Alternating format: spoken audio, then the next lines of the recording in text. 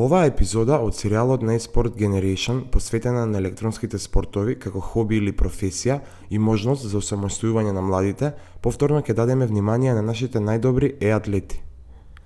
Во претходната епизода наши гости беа добро познатиот Јане Ејткит Апостоловски, професионален Counter-Strike Global Offensive играч, уште од своите 17 години, и неговиот брат Живко, кој како гейминг ентузијаст и голем поддржувач на еспортот, изнесуваат своје мислење на оваа тема и даваат поттик за идните генерации на еспортисти.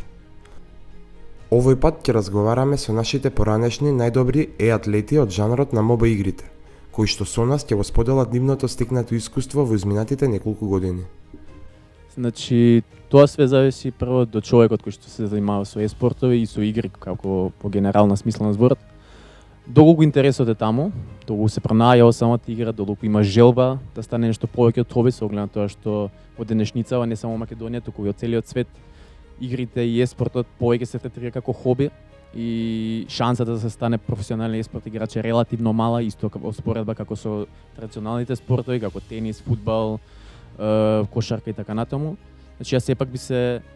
одредил на тоа доколку човекот или да кажеме геймерот во оваа смисла има интерес и сака да се покаже на некој поголемо ниво,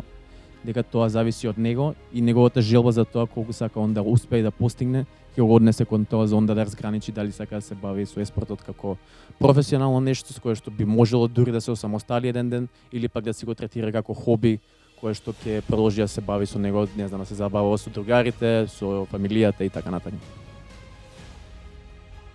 Значи, ќе почнам јас од мојот пример, како помал, нели, геймингот и еспортот ми беше едно од омилените хобија, да речеме, нон-стоп сакав да идам во интернет кафе и да се дружам со сите така наречени геймери. И тоа беше уште од многу мала возраст, но нели како старееме, како јас стареев, така сваќав дека на светско ниво геймингот и спортот може да прерасне во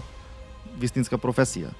Во Македонија може би не толку досега, но пример во Кина, во светот, во Европа има големи примери каде што енормни награди освојуваат играчите, така да дури има и во Кина, мислам дека има и спортски пензии, ако не се лажам. Така да дефинитивно еспортот може да прерасне во професија. Мојата беше подобра.